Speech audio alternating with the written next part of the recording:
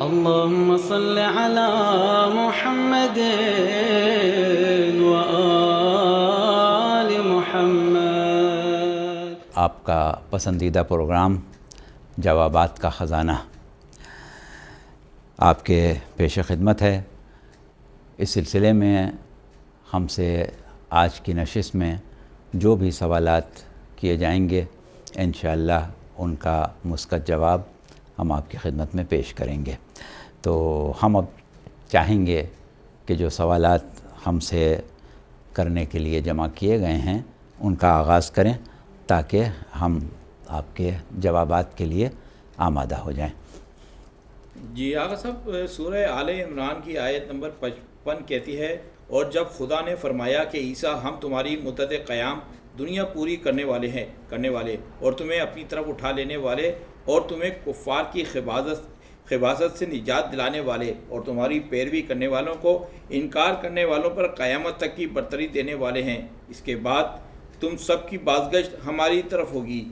اس آیت شریفہ کے مطابق حضرت عیسیٰ علیہ السلام فوت ہوئے ہیں، کیا مرنے کے علاوہ بھی قبض روح کے دوسرے معنی ہو سکتے ہیں؟ آپ جو کہتے ہیں کہ عیسیٰ علیہ السلام نہیں مرے ہیں اور خدا کے پاس ہیں، اس آیت کی کیسے توجیہ کرتے ہیں؟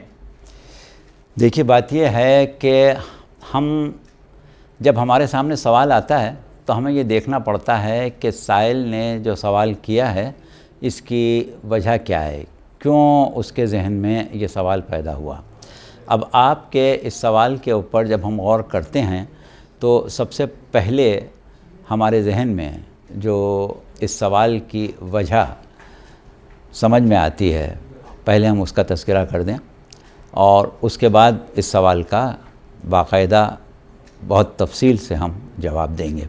اور تفصیل سے جواب دینے کی وجہ یہ ہے کہ جو اس سوال کو کر رہا ہے، جس کے ذہن میں بھی یہ سوال اٹھا ہے، اس کا ذہن ہمیں پڑھنا پڑے گا، کیا وجہ ہے جو یہ سوال کر رہا ہے۔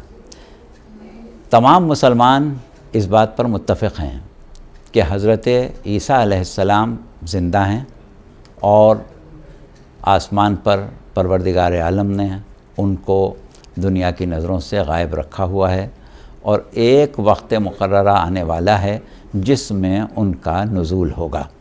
تو یہ ایک عام عقیدہ ہے اور قرآن کی روح سے ثابت بھی ہے۔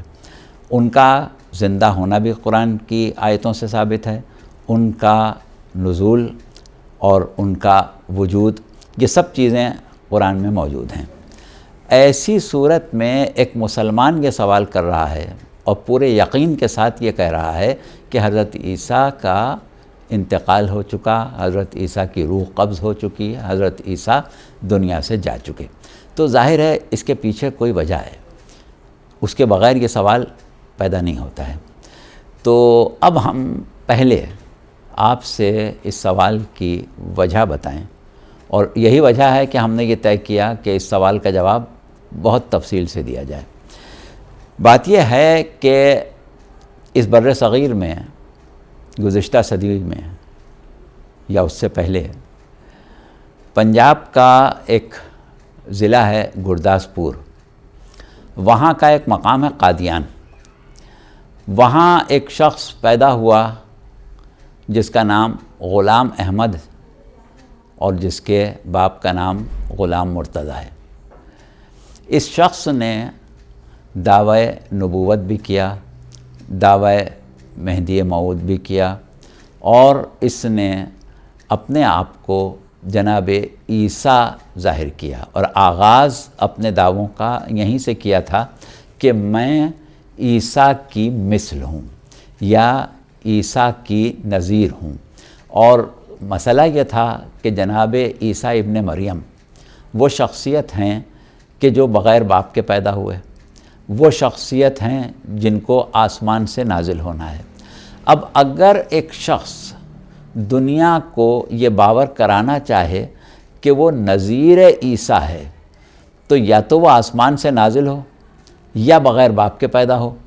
اب ان موصوف کے ساتھ مسئلہ یہ تھا کہ ان کے باپ بھی موجود تھے غلام مرتضیٰ صاحب، اور اپنی ماں کے گھر میں، اپنے باپ کے گھر میں یہ پیدا ہوئے تھے اور آسمان سے نازل بھی نہیں ہوئے تھے۔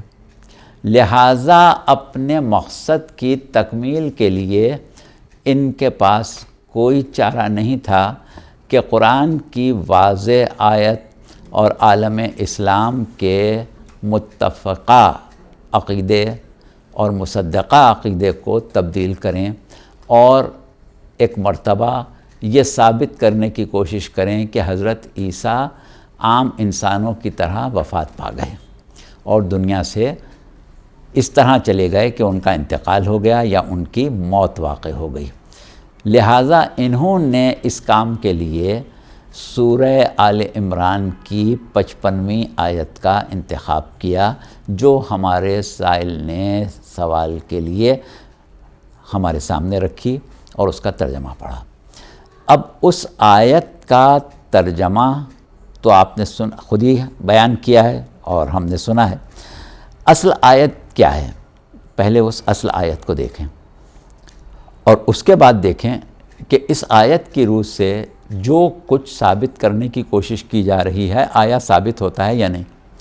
دوسری طرف ہم یہ دیکھیں گے کہ یہ تمام مسلمانوں کا عقیدہ ہے کہ قرآن میں کہیں ٹکراؤ نہیں ہے، کہیں تضاد نہیں ہے، کہیں کسی قسم کی ایسی کوئی بات نہیں ہے کہ ایک بات دوسری بات کو قطع کر رہی ہو، اور یہ دعویٰ پروردگار عالم نے قرآن کی حقانیت کے سلسلے میں کیا ہے اور یہ کہا ہے کہ اگر یہ قرآن اللہ کے علاوہ کسی کی طرف سے ہوتا تو تم اس میں تضاد پاتے۔ تو اب قرآن میں تضاد پیدا کرنا گویا قرآن کے کلام الہی ہونے سے انکار کرنا ہے۔ بہرحال یہ جسارت کی گئی۔ تو اب دیکھیے پہلے وہ آیت پڑھیں، ترجمہ آپ نے پڑھ دیا، ہم نے بھی سن لیا اور ہمارے ناظرین نے، ہمارے سامعین نے، ہمارے قائرین نے، سب نے سن لیا۔ اچھا اب دیکھیے آیت کیا کہہ رہی ہے۔ سورہ آل عمران ہے، ہم آیت کا نشان ہے 55۔ ہم آیت کو ٹکڑے ٹکڑے کر کے الگ الگ بیان کرتے ہیں تاکہ واضح ہو جائے کہ آیت کتنی صاف اور کتنی وضاحت کے ساتھ ایک مقصد کو بیان کر رہی ہے۔ تو پروردگار عالم نے ارشاد فرمایا کہ اذ قال اللہ یا عیسیٰ، جب اللہ نے کہا کہ اے عیسیٰ، انی متوفیک رافعک الی ومطہرک من الذین کفروا، اے عیسیٰ ہم نے تمہاری مدت کو پورا کیا اور تم کو اپنی طرف بلند کر لیا اور تم کو ان چیزوں سے پاک کر دیا کہ جس کی طرف لوگ یعنی اہل کفر تم کو ملوث کرتے تھے۔ اچھا پھر اس کے بعد آیت آگے بڑھ رہی، وَجَعِلُ الَّذِينَ اتَّبَعُوكَ فَوْقَ الَّذِينَ كَفَرُوا إِلَى يَوْمِ الْقِيَامَةِ۔ اب اس کے بعد پروردگار کہہ رہا ہے کہ ہم نے ان لوگوں کو قرار دیا کہ جنہوں نے تمہارا اتباع کیا تھا، ان کو ہم نے برتری دیں گے اور قیامت کے دن تک۔ پھر اس کے بعد کہا ثم الی مرجعکم فاحکم بینکم فیما کنتم فیہ تختلفون، اور پھر ہم فیصلہ کر دیں گے ان چیزوں کا جس میں تم لوگ آپس میں اختلاف کرتے تھے۔ یہ ترجمہ ابھی انہوں نے بھی پڑھا اور ہم نے بھی پڑھا۔ اب آپ دیکھیں کہ سوال کیا کیا جا رہا ہے کہ اس آیت کی روح سے حضرت عیسیٰ فوت ہو گئے۔ فوت ہونے کا لفظ انہوں نے اردو کی اصطلاح میں اور خاص طور سے بعض علاقوں کی اصطلاح میں استعمال کیا ہے جو فوت ہونا بمعنی موت، لیکن عربی کا صحیح ترجمہ یہ نہیں کیا ہے، جو ترجمہ کیا ہے وہ غلط کیا۔ اس کے بعد ایک عجیب جملہ انہوں نے کہا کہ کیا قبض روح کے علاوہ بھی موت کی کوئی صورت ہوتی ہے؟ تو قبض روح کا تو پوری آیت میں کہیں ذکر ہی نہیں ہے، نہ قبض کا ذکر ہے نہ روح کا ذکر ہے۔ تو یہ بات جو ہے یہ صرف اضافی ہے، تحریف ہے۔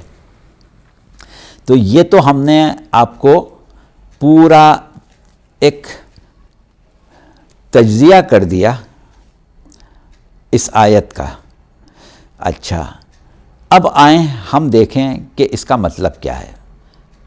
جو الفاظ انہوں نے آیت کے بیان کیے ہیں اور خود ہی اس کا ترجمہ بھی کیا ہے، اس میں واضح طور پر کہا جا رہا ہے کہ ہم نے تمہارے دنوں کی مدت کو پورا کیا اور اپنی طرف بلند کر لیا. کبھی بھی کسی مرنے والے کے لیے قرآن میں بلند کرنے کا اور اپنی طرف بلند کرنے کا لفظ ہی نہیں آیا ہے، پہلی چیز. دوسری چیز یہ کہ یہ فوت کا جو لفظ استعمال کر رہے ہیں یہ کہاں سے لائے؟ یہ متوفی کا قرآن میں استعمال ہوا ہے. جب ہم کسی بھی عربی کے لفظ کو سمجھنا چاہتے ہیں تو ہر وہ شخص جو تھوڑی سی بھی عربی جانتا ہے وہ یہ سمجھتا ہے کہ عربی کے الفاظ مختلف مادوں سے بنتے ہیں. بنیادی طور پر پہلے ایک بنیادی مادہ ہوتا ہے سے حرفی یا چہار حرفی، زیادہ تر سے حرفی ہوتے ہیں، جسے ہم ثلاثی مجرد کہتے ہیں. تقریباً 80% سے حرفی مادے ہیں عربی میں. پھر ثلاثی اور خماسی ہیں. خماسی جو ہیں وہ صرف اسم میں ہیں، فعل میں نہیں. تو ثلاثی کے بعد جو رباعی ہیں وہ بھی بہت کم ہیں. اچھا اب صورت کیا ہے کہ جب مادہ ہوتا ہے اس کے لغوی معنی ہوتے ہیں. پھر اس لغوی معنوں کو ہم اس مادے کے مشتقات پر اور مزید فیہ کے اوپر منطبق کر کے دیکھتے ہیں کہ اب مفہوم کیا بنا. تو یہ جو مفہوم بنتا ہے یہ بنیادی مادے سے بنتا ہے. اگر کبھی کہیں ایسا ہو کہ مشتقات کو ہم آیت کے سیاق و سباق سے ملائیں اور لغوی معنی وہاں پر عقلاً یا کسی متفقہ اور مصدقہ اصول کے مطابق پورے نہ اترتے ہوں تو وہاں تعویل کی گنجائش ہوتی ہے اور وہاں ہم قرائن پر جاتے ہیں. یہاں مسئلہ نہ قرائن کا ہے نہ کوئی اور ہے. سیدھی سی بات ہے کہ لفظ جو استعمال ہو رہا ہے متوفی کا، تمہاری مدت کو پورا کیا، اور یہی ترجمہ انہوں نے بھی کیا. سب یہی ترجمہ کرتے ہیں. تو اب ہم پہلے جا کے دیکھیں گے کہ اس کا مادہ کیا ہے. تو مادہ جو ہے اس کا وہ ہے ثلاثی، یعنی سے حرفی مادہ ہے. اسی سے متوفی کا بنایا، اسی سے توفا بنا، اسی سے وفات بنا، اسی سے دیگر الفاظ بنتے چلے جاتے ہیں. تو اب مادہ جو ہے وہ کیا ہے؟ واو فا فے، یعنی واو فے. اب ہم عربی میں فا کہتے ہیں. واو فے اور حمزہ، یا آپ جیسے اس کو اردو میں لکھیں گے تو واو فے اور الف، جسے آپ کیا پڑھیں گے؟ وفا. ٹھیک ہے. اب یہ وفا آ یا وفا کا لفظ جو ہے یہ اردو میں بھی مستعمل ہے اور اس کے معنی عام فہم ہے، سب جانتے ہیں وفا کے معنی کیا ہے. اچھا اب وفا کو جب ہم اس مادے کو عربی کے لغوی جو ہمارے پاس مختلف معلوماتی ذخائر ہیں اس میں ایک چیز ہے، ایک کتاب قاموس. اب اگر ہم قاموس کی طرف جاتے ہیں تو وہاں پر وفا کے معنی جو ہیں وہ ضد ہیں عذر کی. ایک لفظ ہے عذر، اس کی ضد ہے وفا. یعنی ہم کوئی عہد کریں، کسی سے کوئی وعدہ کریں، کوئی بات کریں تو یا ہم اس کو وفا کریں گے یا اس کے وفا نہ ہونے کا عذر کریں گے کہ اس وجہ سے ہم نے اس کام کو نہیں کیا. تو اس معنوں میں یہ لفظ استعمال ہوتا ہے. تو قرآن میں پروردگار عالم نے لفظ وفات یا اور اس کے دیگر جو مشتقات ہیں وہ مختلف مقامات پر استعمال کیے ہیں، جس میں بہت ہی واضح طور سے ایک آیت سورہ زمر کی ہے جس میں موت کا لفظ بھی استعمال ہوا ہے اور وفات کا بھی استعمال ہوا ہے. توفا کا لفظ بھی استعمال ہوا ہے اور موت کا لفظ بھی استعمال ہوا ہے. تو یہاں بالکل واضح ہو جاتا ہے کہ وفات کے معنی موت ہیں ہی نہیں. موت ایک الگ چیز ہے، وفات ایک الگ چیز ہے. اور وفات کے معنی، توفا کے معنی کسی شے کا پورا کر دینا یا مکمل طور سے لے لینا ہے. عربی میں اگر فرض کریں کہ آپ نے اپنا کچھ مال آپ کا مختلف جگہوں پر بکھر گیا، یا آپ نے کچھ لوگوں کو قرضے دے دیے، اب اس کے بعد جب آپ وہ پورا مال واپس جمع کر لیں، پورا مال آپ کے قبضے میں آ جائے، تو وہاں پر بھی یہی لفظ استعمال ہوتا ہے، وفات کا لفظ استعمال ہوتا ہے. ابھی ہم جملہ بھی آپ کے سامنے پڑھ کے سناتے ہیں. تو یہ پورا لے لینا، اسی معنوں میں اپنے قبضے میں لے لینا، مکمل طور سے وصول کر لینا، اس معنوں میں لفظ توفا استعمال ہوا ہے. اچھا، اب دیکھیے جیسا کہ ابھی ہم نے کہا توفیت مالی قبضۃ، توفیت مالی قبضۃ یعنی میں نے اپنا پورا مال وصول کر لیا. یہ عربی کا بولنے کا انداز ہے. اچھا، اب دیکھیے آیت کے اوپر آئیں آپ. اب آیت جو ہے وہ کیا کہہ رہی ہے؟ سورہ زمر کی 42ویں آیت ہے. اللہ یتوفی الانفس حین موتہا، اللہ موت کے وقت نفسوں کو اپنے قبضے میں لے لیتا ہے. پھر کیا کہا؟ واللتی قضا علیہا، والذی قضا علیہا الموت ترسیل الاخری. اچھا نہیں، یہ آیت ابھی ہم نے بیچ سے چھوڑ دی، دوبارہ پڑھتے ہیں. اللہ یتوفی الانفس حین موتہا واللتی لم تمت فی منامہا. اللہ نفسوں کو موت کے وقت اپنے قبضے میں لیتا ہے، اور جن لوگوں کی موت نیند میں نہیں آئی ہے ان کی نفسوں کو بھی لے لیتا ہے. اور اس کے بعد یہ کہا کہ جن لوگوں کی موت کا وقت مقرر ہو گیا ہے ان کو روک لیتا ہے، اور جن کی موت کا وقت ابھی نہیں آیا ہے ان کو واپس کر دیتا ہے. یہ ہے پورا ترجمہ آیت کا. تو اب کیا ہوا کہ پروردگار یہ کہہ رہا ہے کہ نفسوں کو اپنے قبضے میں لیتا ہے موت کے وقت اور نیند کے وقت. اگر موت آنا ہو تو نفس اپنے پاس رکھتا ہے، نہیں ہو تو واپس کر دیتا ہے. تو یہاں کیا ہوا سیدھا سیدھا کہ واپس بھی کر دیتا ہے، اپنے پاس لیتا بھی ہے، واپس بھی کرتا ہے، موت کے وقت کا انتظار بھی کرتا ہے. تو یہاں توفا کے معنی براہ راست موت ہے ہی نہیں، لہٰذا یہ تو طے ہو گیا کہ توفا کے معنی موت نہیں ہے. جب توفا کے معنی موت نہیں ہیں اور اپنے قبضے میں لینے کے ہیں، تو پھر اب آپ اس آیت کو دوبارہ پڑھیں، سورہ آل عمران کی 55ویں آیت کو، جہاں وہ کہہ رہا، پروردگار کہہ رہا ہے کہ مدت کو پورا کیا. توفیت یعنی پورا مدت کا ہم نے اہتمام تمہارا کر دیا، اور اس کے بعد کیا کیا؟ پھر تم کو اپنی طرف بلند کر لیا.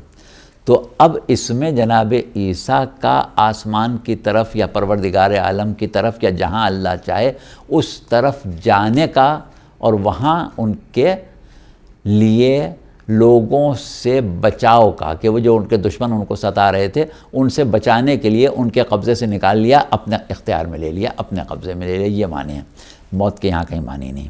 تو ایک طرف تو یہ بات آپ کی بالکل واضح ہو گئی. اچھا، اب اس کے بعد آپ دیکھیں کہ قرآن میں پروردگار عالم نے جناب عیسیٰ کے بارے میں واضح طور سے یہ کہا ہے کہ حضرت عیسیٰ کی موت واقع نہیں ہوئی. وہ ہے سورہ نساء کی آیت 159، اور اس میں بھی بہت واضح طور سے کہا ہے، ان کا قول بیان کیا ہے.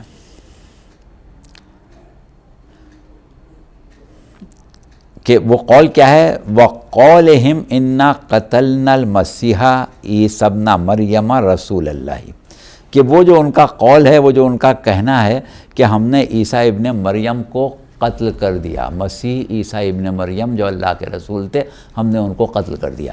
اب اللہ اس کے جواب میں کیا کہہ رہا ہے؟ وَمَا قَتَلُوهُ وَمَا صَلَبُوهُ لَكِنَّ شُبْهَةٌ لَكُمْ. اللہ کہہ رہا ہے کہ نہ عیسیٰ قتل ہوئے ہیں، نہ عیسیٰ کو سولی پر چڑھایا گیا ہے، بلکہ یہ ان کا ایک شبہ ہے، یہ ان کا شبہ ہے، ان کی غلط فہمی ہے۔ تو اگر کوئی یہ سمجھتا ہے کہ عیسیٰ قتل ہو گئے ہیں تو وہ غلط فہمی میں مبتلا ہے، یہ قرآن خود کہہ رہا ہے۔ تو یہاں پر پہلی والی آیت کا ترجمہ یہ کرنا کہ وہ فوت ہو گئے، ان کی روح قبض ہو گئی، اب یہ کیسے ہم ایمان رکھتے ہیں کہ وہ زندہ ہیں، تو یہ سوال ہی بے کار ہے، اس میں کوئی جان ہی نہیں ہے، کوئی مسئلہ ہی نہیں ہے۔ بس اس کی وجہ کیا ہے وہ ہم نے آپ کو بتا دی کہ وجہ تسمیہ یہ ہے۔ اب اس کے بعد ایک بات اور ہے کہ یہاں پر قرآن ایک اور بات کر رہا ہے، واضح طور پر موت کا انکار بھی کر رہا ہے، جو لوگ موت کی بات کر رہے ہیں ان کو غلط فہمی کا شکار بھی بتا رہا ہے، اور اس کے بعد اسی آیت میں آگے چل کے کہہ رہا ہے کہ وَإِن مِّنْ أَهْلِ الْكِتَابِ إِلَّا لَيُؤْمِنَنَّ بِهِ قبل موتہ۔ اچھا، اب وہ کیا کہہ رہا ہے پروردگار کہ اہل کتاب میں، یقیناً اہل کتاب میں کوئی بھی ایسا نہیں ہوگا کہ جو حضرت عیسیٰ کی موت سے پہلے ان پر ایمان نہ لے آئے۔ اور یہاں پر بھی جو لفظ جس طریقے سے قرآن نے کلام کیا ہے إِلَّا لَيُؤْمِنَنَّ، اب یہاں پر جو یہ نون کے اوپر تشدید ہے، یہ بھی عربی کا ایک قاعدہ ہے، اس کو ہم کہتے ہیں تاکید ثقیلہ، یعنی بہت سختی سے اس بات کا اعلان کیا کہ ایسا تو ہو کے ہی رہے گا، یقیناً ایسا ہوگا۔ کیا ہوگا؟ کہ حضرت عیسیٰ زندہ رہیں گے اس وقت تک جب تک کہ تمام اہل کتاب ان پر ایمان نہ لیں۔ اب ابھی صورت کیا ہے کہ اہل کتاب میں یہودی تو حضرت عیسیٰ کو مانتے ہی نہیں ہیں، اور نصرانی مانتے ہیں لیکن ان عیسیٰ کو مانتے ہیں جن کو ان کے خیال میں سولی دے دی گئی۔ حضرت عیسیٰ کو زندہ مانیں گے، ان کے اوپر ایمان لائیں گے، یہودی بھی اور نصرانی بھی۔ تو یہ ایک وقت آنے والا ہے جس کا قرآن نے ذکر کیا، جس کا وعدہ کیا، شدت کے ساتھ تاکید کر کے وعدہ کیا کہ ایسا لازماً ہوگا کہ سب کے سب اہل کتاب جو دنیا میں اس وقت رہ جائیں گے وہ حضرت عیسیٰ پر بحیثیت عیسیٰ روح اللہ، عیسیٰ ابن مریم، اللہ کا رسول، ایمان لائیں گے۔